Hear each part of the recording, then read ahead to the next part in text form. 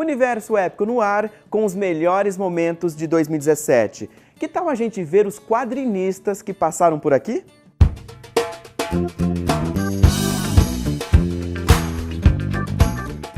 E o Universo Épico vai receber aqui no estúdio o nosso primeiro entrevistado, que é o William. Tudo bem, William? Sim, tudo bem.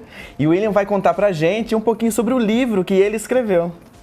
Então, esse daqui é o Babaca do Século, né? Que é um livro em quadrinhos que eu estou escrevendo desde o final de 2013, né? Nele eu conto um ano da minha vida, é uma espécie de diário que eu fiz em forma de quadrinho, só que como eu não consegui lançar logo em seguida, quando eu concluí, eu fiz uma espécie de pós-fácil contando como foi meu ano seguinte, né? Então agora eu estou enfim lançando, por isso que ele tem esse tamanhozinho aqui. O pessoal de casa deve estar curioso, né? Por que Babaca do Século? Então, rapaz, Babaca do Século foi, na verdade, uma ofensa que um amigo me lançou, porque a gente teve uma desavença e ele ficou muito bravo e até hoje a gente não conversa. E ele falou, pô, você é um babaca do século mesmo. E ao invés de ficar ofendido, eu achei aquilo fantástico, entendeu? E na época eu tava escrevendo o livro e eu falei, esse é um título perfeito. Aí eu peguei pra mim. Agora, as páginas do livro, né? Você falou que é um período da sua vida. Sim, sim. O personagem é você. Sim, sim. Nesse sentido é um quadrinho autobiográfico, né? Embora não seja uma biografia, Mas sim, o personagem sou eu, meus amigos aparecem como coadjuvantes da história, a minha rotina na universidade, nos bares, no trabalho, ela toda é contada no livro. Só que você não sabe desenhar, né? Ou pelo menos não sabia desenhar, né? Sim. É porque ao invés de fazer um curso ou algo do tipo, eu decidi eu mesmo ir tentando desenhar. Então eu pegava desenhos de grandes cartunistas que eu admirava, como Laerte, Angeli, os grandes desenhistas, e tentava copiar, ia imitando, enfim, ia dando meus pulos para tentar fazer. Durante esse um ano acabou que foi um aprendizado muito grande, porque não que eu desenhe muito bem hoje em dia, mas eu acho que desenho muito melhor do que no começo do projeto, né? Agora, qual foi o desafio do livro, né? A gente vai falar depois sobre o financiamento do livro, Sim. Mas no processo de desenvolvimento dele. O mais complicado, porque a proposta era fazer um quadrinho, uma página por dia. E é preciso muita disciplina para esse tipo de coisa. E por mais que eu tentasse, havia dias que eu não tinha a mínima vontade de desenhar, haviam dias que não aconteciam nada de muito interessante na vida, né? Então é preciso inventar, dar um jeito de fazer a coisa acontecer. Às vezes eu passava uns 2, 3 dias sem desenhar, então no quarto dia eu tinha que fazer todos aqueles desenhos atrasados. Esse foi um processo penoso, difícil, mas no fim das contas consegui fechar.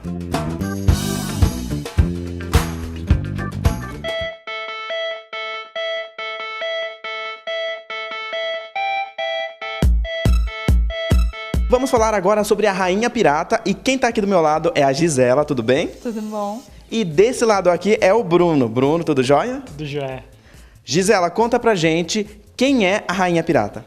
A Rainha Pirata é a irlandesa Grace O'Malley, que viveu no século XVI na Irlanda e ela, assim, era uma nobre irlandesa e ela trabalhava com comércio de mercadorias via mar. E aí ela se tornou almirante de tropa, então assim, ela tinha uma frota de barcos e ela fazia esse comércio no mar. Aí, num certo ponto, ela começou a ser perseguida pelo governo inglês e ela acabou, por acidente, se transformando numa pirata que pilhava navios e a costa inglesa em geral. Agora você pegou essa história, transformou em quadrinho. Da onde surgiu isso? Veio a inspiração? Você começou a pesquisar? Como é que foi? Bom, assim, eu visitei já a Irlanda 3 vezes já. Sempre gostei muito de lá, acho assim super legal, um país super lindo, super diferente. Então eu sempre fui muito atrás assim da cultura de lá. E era uma história já antiga que eu conhecia, que tinha se tornado, eu tinha feito um texto. Eu falei assim, bom, isso dá um bom quadrinho. Então foi a partir daí. E para esse quadrinho, A Gisela não trabalhou sozinha, ela trabalhou com o Bruno. Bruno, e que parte que você, né, teve função no quadrinho? Eu sou o desenhista do quadrinho, desenhista e arte finalista de boa parte das páginas. Então quer dizer o quê? Vinha o texto da Gisela, ela escreveu toda a história, passou para mim, para eu ilustrar todas as páginas, e voltou para ela para fazer a parte de cor. E foi tranquilo, né, esse processo de trabalhar em dupla? Ou você deu muito trabalho para ela, ou ela te deu muito trabalho? Eu dei bastante trabalho para ela, na verdade.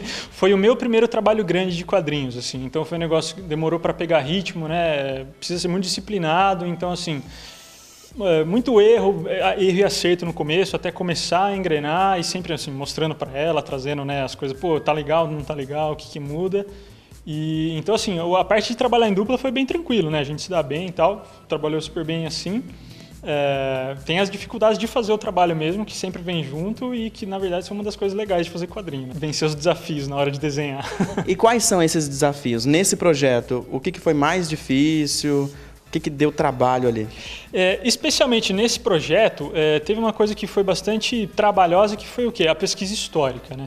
Foi uma das coisas que o editor irlandês mais ajudou a gente, né? O cara é de lá e tal. Então a gente sempre mandava, né, os desenhos para ele ver, ó, tal roupa tá muito moderna para a época que vocês estão desenhando, nessa época eles vestiam de jeito diferente. Algumas locações também, né? Tal castelo, tal casa, não tem tão a ver com o século XVI que vocês estão desenhando aqui na Irlanda. Isso foi um feedback bem legal que ele foi dando pra gente. Tirando isso, é a parte de sempre produzir mesmo, né? Cumprir prazo e correr atrás para sair um negócio legal dentro de um tempo viável, assim. Agora, a Gisela, além de cuidar do roteiro, ela também cuidou das cores, né? E na hora de escolher as cores, como que é? Eu faço, sei lá, meio sem pensar, assim, as cores da personagem a gente já tinha meio definido, então acho que parte meio daí do clima da história. Então, que clima que a gente quer dar, aonde que você quer colocar o leitor, trazer o leitor para dentro do quadrinho, então as cores também ajudam nisso. Então toda essa parte foi bem pensadinha no começo e aí, sei lá, as primeiras páginas você pensa um pouco e daí vai indo, o trabalho flui mais tranquilo. Sabe o que eu queria que você explicasse? Porque o quadrinho, nesse caso, ele parece que é um pouquinho... Parece não, ele é mais manual, né? Porque vocês pegam uma tela, né? E aí fazem toda a parte de coloração, né? Sim. É uma alternativa que existe, porque hoje a maior parte, acho que a maior parte, não, dos quadrinhos é feita digital, a cor principalmente. E aí, mas existe também essa parte feita tradicionalmente pintada, principalmente na Europa, muitos quadrinistas optam por fazer essa parte pintada manual, não digital. Então, sei lá, acho que combinava com a história, ficou bem bonito o trabalho, então por isso que foi essa ideia, assim. E agora a gente vai falar com o Alexandre Dalgalo, ele que fez, olha aqui, ó, esse quadrinho, que é o Artefato Zero. Alexandre, conta pra gente, né, primeiramente, muito obrigado, né, por participar aqui do Universo Épico. E sobre o que é o Artefato Zero? Bom, obrigado. Obrigado pelo convite de estar aqui no programa com vocês, né? O Artefato Zero, ele é um quadrinho independente, que ele foi feito a 3 mãos, né? Então eu fui responsável pela parte de ilustração dele, a parte de pintura, a capa, toda a parte mais artística eu que realizei. Daí tem as outras 2 pessoas que participaram também, que é o Alexandre Prado, que ele também ajudou muito com a parte de roteiro e também com a diagramação do quadrinho, a parte gráfica para fazer a impressão no final, né? E o Anderson, que ele foi responsável pela parte de revisão. Toda a parte de revisão, texto, tinha alguma mudança aqui e ali, ele ia lá, já revisava, deixou o texto bem bacaninha, assim, né? E qual foi o desafio do artefato? Foi finalmente fazer um quadrinho próprio, sabe? A gente sempre, os 3, né? A gente sempre gostou muito de quadrinho, né? Tipo, a gente sempre consumiu muito, desde os quadrinhos mais clássicos, ou mangá, filmes e tudo mais, né? Então a gente resolveu fazer um quadrinho nosso, que tivesse uma pegada de algumas referências que a gente já consumiu, assim, na nossa infância, durante a adolescência e tudo mais. Então, a gente produziu, que é uma história de ação e aventura, né? que é o Artefato Zero, que ela segue aquela linha de super equipe, assim, tipo, é uma equipe que eles são contratados, né, para reaver artefatos perdidos por multi-universos, né. Então é uma loja de relíquia que ela centraliza as relíquias do universo e eles são contratados para ir reaver esses objetos, né, para impedir que coisas ruins aconteçam ou simplesmente para ter um lucro, né, para manter a loja ativa, né. Agora, me tira uma dúvida, que talvez também possa ser o pessoal do pessoal de casa. A gente já trouxe aqui no Universo Épico escritores, e o processo de você fazer o roteiro do quadrinho é bem parecido com o do livro, porque aí você tem que criar a personagem, criar toda a história, né, do zero, Sim, né, sim. Começo, meio e fim. Você acha que é parecido? Você consegue enxergar? Né, porque tudo bem que a sua praia aqui é o quadrinho, né? Sim, sim. Mas será que é parecido? É um pouco parecido, sim, se você for ver. Por exemplo, para você criar a história, você precisa primeiro pensar no argumento dela, no desenvolvimento, nas partes que vai ter aquela reviravolta. Então, se você for ver, no início, tinha muito de escrito. Então, a gente tinha realmente um documento de texto explicando, tal cena acontece tal coisa, diálogo, tal, um falando uma coisa ou outra, né? E também o desenvolvimento dos personagens, né? Tipo, a gente tem a ficha dele, apesar de ter a parte artística, você tem o rascunho, você também desenvolve ali a característica dele, como que esse personagem vai ser, o que ele vai ser, qual que é a influência dele nesse grupo, né? Então, se você for ver de início, quando a gente começa, é um pouco parecido com o livro. Ele acaba talvez não sendo tão extenso, porque muito você já vai estar explicando com o desenho, né? Então, de vez de ter todos aqueles mínimos detalhes assim, então entrou na sala, aqui tinha iluminação e tal, tipo, o desenho depois vai dar conta disso. Só que também é aquele detalhe, quanto mais detalhado tiver o seu roteiro, mais rico vai ficar depois, né? Então esse é até um desafio, até também pra gente que está começando. Tipo, a gente fez, então muita coisa depois lá pra frente, nossa, se tivesse detalhado aqui ficaria mais fácil. Mas daí a gente vai aprendendo, né? Porque você faz e aprende também, né? Eu acredito que o desafio do Artefato Zero, né, desse projeto, deve ter sido reunir, né, os três para poder trabalhar. E agora, tem algum outro desafio que no meio do caminho vocês falaram, ixi, né? Um pouco. Ou foi de boa, foi tranquilo? Assim, pra provar primeiro, assim, eu acho que o que mais assim empacou, talvez foi um pouco durante o desenvolvimento do roteiro, em algumas partes. Eu lembro que tinha algumas situações que a gente precisava resolver, como que eles vão sair disso? E daí era uma ideia aqui, uma ideia ali, e daí a gente falava, puta, mas não tá casando isso, não vai dar certo, sabe? E a gente ficou um pouco empacado nisso, mas depois a gente resolveu, batendo um martelo, ok, a gente vai seguir assim. Daí depois todo mundo ficou muito junto, depois com a parte artística, daí eu fiquei um pouco mais isolado. Porque daí eu ficava fazendo ele, daí eu mandando para eles e daí eles aprovavam ou não, assim, às vezes tinha algum detalhe, vai ficar melhor de tal jeito, ou não gostei muito dessa expressão, assim, não tá batendo com o que eu imaginei, sabe? Daí ia lá, refazia e voltava. A gente teve um outro dilema que foi a parte da colorização, a gente ficou um pouco na dúvida se a gente ia colorir ela totalmente. De início a gente queria, só que por questão de prazo, até orçamental, se for dizer, a gente optou por deixar numa espécie de escala de cinza. Ficaria muito mais caro. Também ficaria muito mais caro, porque é igual eu até disse antes, a gente bancou do bolso, né?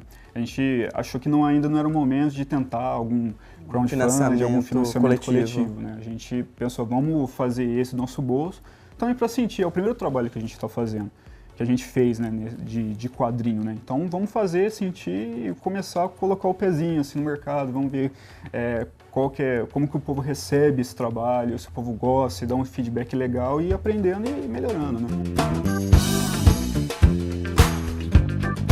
E agora a gente vai falar com o Mário, e ele que veio apresentar pra gente aqui o novo trabalho dele, um novo quadrinho, que é Pieces Partes do Todo. Isso aí. Mário, sobre o que fala, né, essa nova obra sua? Bom, Pieces, essa nova edição, lançada ano passado pela Jupati Books, ela é uma retomada da série Pieces que eu comecei a produzir em 2004. E a ideia dela é reunir histórias curtas sobre pequenos momentos da vida cotidiana, onde a gente, assim, a minha ideia é trazer o leitor para refletir sobre esses pequenos momentos, assim, o que eles significam na vida das pessoas, qual o impacto dramático, psicológico que eles têm. Então, a sensação que eu quero passar é como se você estivesse num banco de praça, vendo pessoas passando e você captura um pedaço da vida delas. Então são quantas histórias? Na parte do todo são 7 histórias. 7 histórias. Isso. E cada uma é independente, cada uma tem uma personagem diferente. Sim, tirando a primeira e a última história, que são parte 1 e parte 2 da mesma narrativa, todas as outras histórias são personagens individuais, assim, cada história é fechadinha. Aí você estava contando, né, o Mário estava falando pra gente, que a primeira história você começou lá em 2004. Isso. Isso. E aí, só que o processo, né, de roteirizar, né, de coletar essas histórias, não foi tão demorado, né? Você, Não. pra concluir, levou o quê? Eu comecei a produzir a série Pieces em 2004 e a primeira história desse livro é uma história daquela época. Tanto que ela tem um caráter mais autobiográfico, uma coisa que hoje já não é mais real para mim como autor e para mim como ser humano. Quando eu decidi retomar a série, o ano passado, eu pensei em revisitar essa história e produzir novas histórias, com várias das ideias que já estavam sendo cozinhadas há um bom tempo. Eu produzi tanta coisa nos últimos 10 anos e eu falei, bom, é hora de voltar para elas e revisitar essas ideias antigas. E aí o pessoal de casa, né, pode esperar o quê do quadrinho, né? Traços, influências. A influência é inspiração, né, que você, ao longo dos anos, foi captando. Sim. Aí. Eu costumo dizer que a gente é um poço de influências. Cada artista é uma coisa muito particular, muito individual. E em todo o tempo que eu produzo quadrinhos profissionalmente, já tem aí 10 anos, né? Muita gente interessante apareceu, muitos artistas novos, e eu acabei conhecendo muitos deles e tive até o privilégio de me tornar amigos, professor, colega de vários deles. Então, as minhas influências, elas estão sempre mudando, sempre tem alguém interessante novo. Nesse quadrinho, ele tem bastante influência de Will Eisner, bastante influência do Fábio Moon, do Gabriel Bá, bastante influência do Craig Thompson, Terry Moore, que são autores que costumam falar sobre cotidiano mesmo, com uma pegada mais poética, mais introspectiva, mais filosófica, mas ainda assim sem perder a questão do urbano. Então são histórias de pessoas normais na cidade, vivendo vidas como a de qualquer outra pessoa, mas que a gente tira um tempinho para analisar o que elas pensam lá por dentro, o que acontece com elas lá dentro. Quando a gente olha uma página, né, aqui do seu quadrinho, e aí a gente encontra tanto detalhe, é rápido. Para você é profissional, né? Já tem 10 anos, tem vários prêmios, ganhou vários prêmios, mas é demorado para fazer uma página, até o Fabiano, nosso editor, vai colocar aqui pra gente no Chroma. Você escolheu uma daqui, né? Da página 8, por exemplo. Tem, né, vários personagens, tem muito...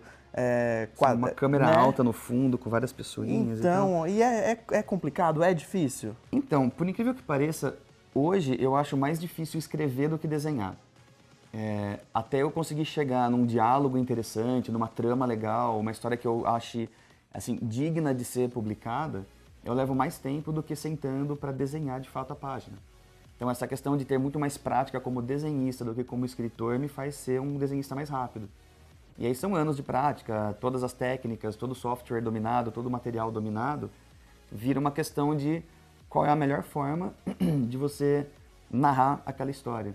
Qual é a forma mais interessante para mim e para o leitor de olhar aqueles acontecimentos, sem cair no clichê de uma página tradicional. E você falou em técnica, né? Qual foi a técnica utilizada nesse daqui? Porque, pelo que a gente estava conversando aqui nos bastidores, né?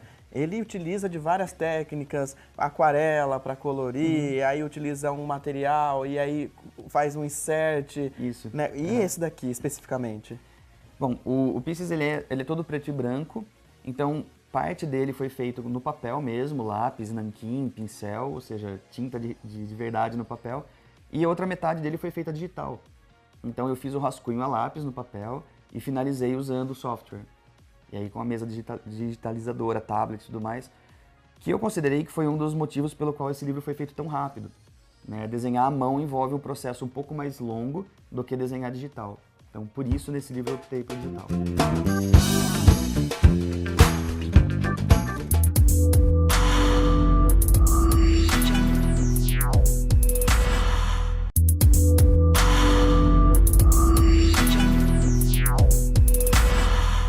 agora o Universo Épico vai conversar com João Lucas, ou melhor, Jack Fernandes. Ele que é o roteirista do quadrinho As Aventuras de Argus e Galadil. João, fala um pouquinho pra gente sobre, né, o quadrinho. As Aventuras de Argus e Galadil são resultado de um projeto antigo meu, que se trata de uma ambientação para RPG de mesa. É intitulada Hartorien, e esse mundo, ele é um mundo vasto, complexo, com vários personagens entre heróis e vilões e pessoas comuns também, claro, para fazer parte desse universo fantástico. Todo o quadrinho ele foi baseado, ele foi criado num ambiente de RPG. Qual que é a diferença entre você pegar, então, sei lá, um roteiro livre, né, ou se basear no RPG? Tem diferença ou não?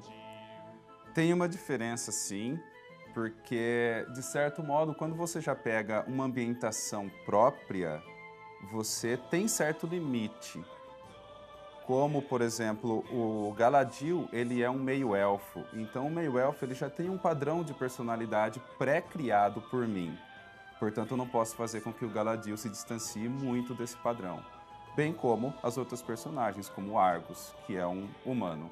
Agora, você levou 3 anos para fazer todo o trabalho? Ou quanto tempo que você levou para até chegar a conseguir publicar aqui? Bom, como eu disse, as Aventuras de Argus e Galadil são resultados de um projeto antigo. Esse meu projeto de Hartorien já tem, na verdade, pouco mais de 12 anos. 12 anos? 12 anos, desde quando eu comecei a escrever os primeiros esboços até chegar como ele está agora e ainda está em desenvolvimento. Mas o roteiro eu escrevi há 3 anos. 3 anos. Então, demorou todo esse tempo, foi um processo lento até, eu diria, até conseguimos chegar a esse resultado. 12 anos que você já conhece todo o universo, conhece os personagens, e aí você entra num desafio de que você criou esse personagem e aí ele quer seguir um outro rumo, ou não? Com a parte de RPG. Sim, o RPG ele é imprevisível. Imprevisível. Ele é imprevisível. Você começa a desenvolver alguns personagens, mesmo vilões, e na verdade você percebe que ele acaba ficando complexo demais, profundo demais, e você tem que ampliar aquela história. E às vezes é difícil você limitar essa ampliação. E aí, você criou toda a parte de roteiro, e só que precisava encontrar um parceiro aí, né, para poder fazer a parte da ilustração, né? Como é que foi essa trajetória?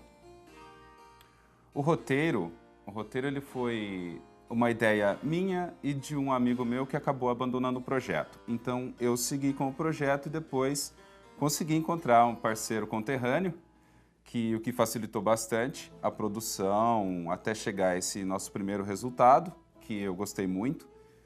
E então esse foi talvez a coisa mais difícil até agora do projeto, foi encontrar uma parceria que me convenceu que valeu muito a pena.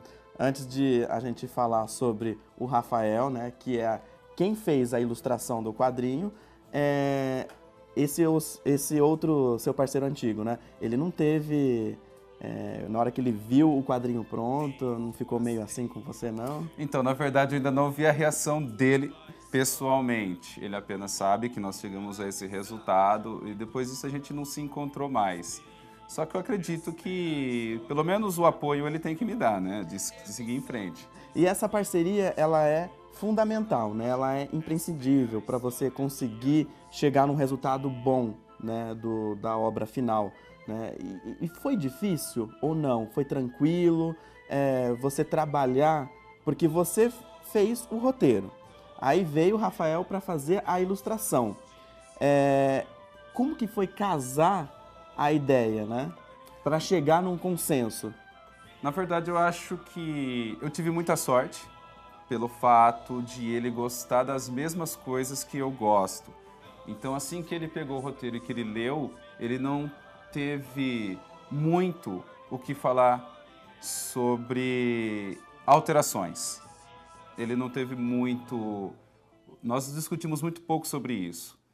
E então, o que ele leu, ele gostou, e eu também vi os desenhos dele, eu falei, esse é o estilo que eu quero para o meu roteiro, né, para minha HQ, e acabou que deu tudo muito certo. Vamos continuar falando sobre Argos, as aventuras de Argos e Galadil. E aqui ao meu lado tem o Rafael. Você viu aqui a nossa entrevista com o João Lucas, que contou um pouquinho sobre o roteiro. Agora, o Rafael vai falar sobre a ilustração do quadrinho. Rafael, foi difícil? Foi bastante complicado entrar em conexão com as ideias do Jack, porém, o roteiro dele era bem detalhado, então não deixava muitas coisas faltando. Então, facilitou. Sim, bastante. E para mim foi um exercício bem bacana, que eu nunca tinha criado cenários ou criado coisas a partir da visão de outra pessoa, por exemplo, o roteirista. Então para mim foi uma experiência nova e muito boa. E aí esse desafio, né? Você teve que criar um estilo próprio, né, para o quadrinho, ou não? Você seguiu o seu estilo? Como é que foi? Na verdade, o meu estilo eu fui construindo com base nos estilos de vários desenhistas. Vários elementos, assim, por exemplo, a Ashura é uma coisa que eu gosto bastante e tem vários artistas que eu peguei. Você procurou referências? Uhum. Sim, ajuda bastante. Okay. E aí, eu tô olhando aqui, tem aqui algumas páginas que estão coloridas e outras não. Por quê? Então, as páginas coloridas, como o Jack falou, elas são no presente. Agora, as em preto e branco, elas são no passado. Então, é um flashback. E a maior parte da história acontece nos flashbacks, porque são lembranças. E conforme a história vai seguindo, você vai descobrindo a gravidade dos acontecimentos, até chegar à revelação no final.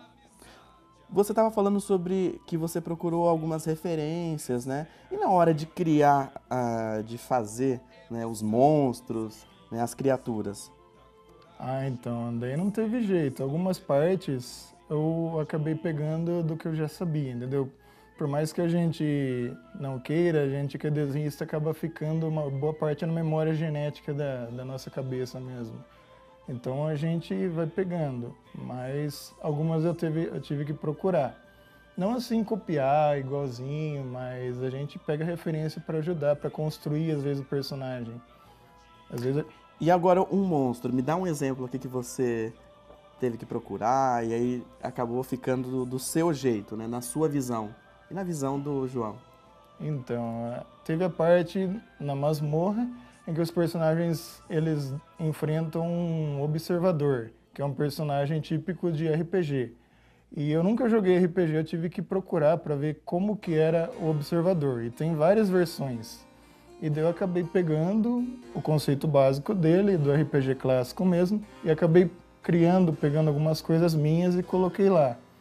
E acabou ficando um observador totalmente original, criação minha, entendeu?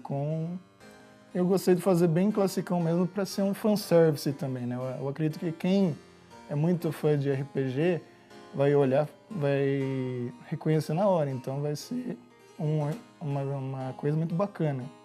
Agora, isso daqui, né, o HQ, é só o livro 1, gente. Ainda tem a parte 2 e a parte 3. Mas vocês ainda estão na parte do processo de publicar o livro 1, né? E como é que está sendo essa parte de procurar alguém que acredite no projeto? Vocês vão, né, ir pelo lado aí do Catarse, do financiamento coletivo? O Catarse é uma opção muito boa para autores assim que estão começando agora. Porém, a gente tenta, né? A gente vai em eventos assim, de anime, por exemplo, a gente foi no Campinas Anime Fest. No dia 30 vai ter o Pira Anime Fest também, então a gente vai em eventos para ver se por acaso, não é mais pela questão de venda, é para encontrar pessoas, trocar contatos. Fazer contato. Às vezes você acha alguém interessado na sua obra que fala, nossa, mas isso tem um potencial, né? E às vezes rola um patrocínio, sabe? E o projeto, é um projeto caro? Então, porque publicar um gibi não é fácil, ainda mais colorido. Então, a gente foi uma coisa bem experimental. A gente teve sorte de achar uma editora que também é gráfica, que ajudou bastante A gente fez uma parceria, o cara é bem bacana, entendeu? Porque tem muita gente hoje que não é de confiança, então é uma coisa bem difícil de encontrar. Então, já ter um volume impresso já para a gente divulgar, para a gente mostrar para as pessoas, já é uma conquista muito grande. Rafael, quem quiser saber mais sobre as aventuras de Argos e Galadriel, pode encontrar vocês aonde?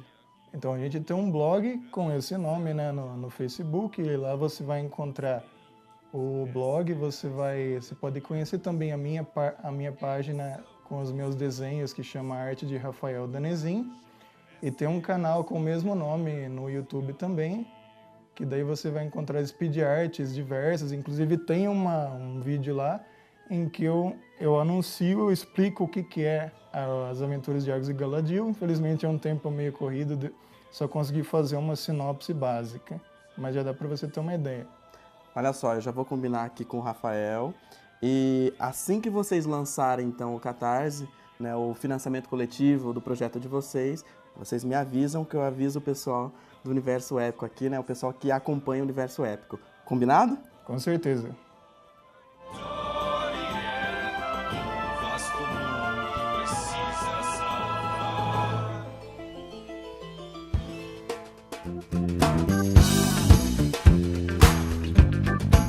Ponto final no Universo Épico de hoje. Na próxima semana eu volto com muito mais. Tchau!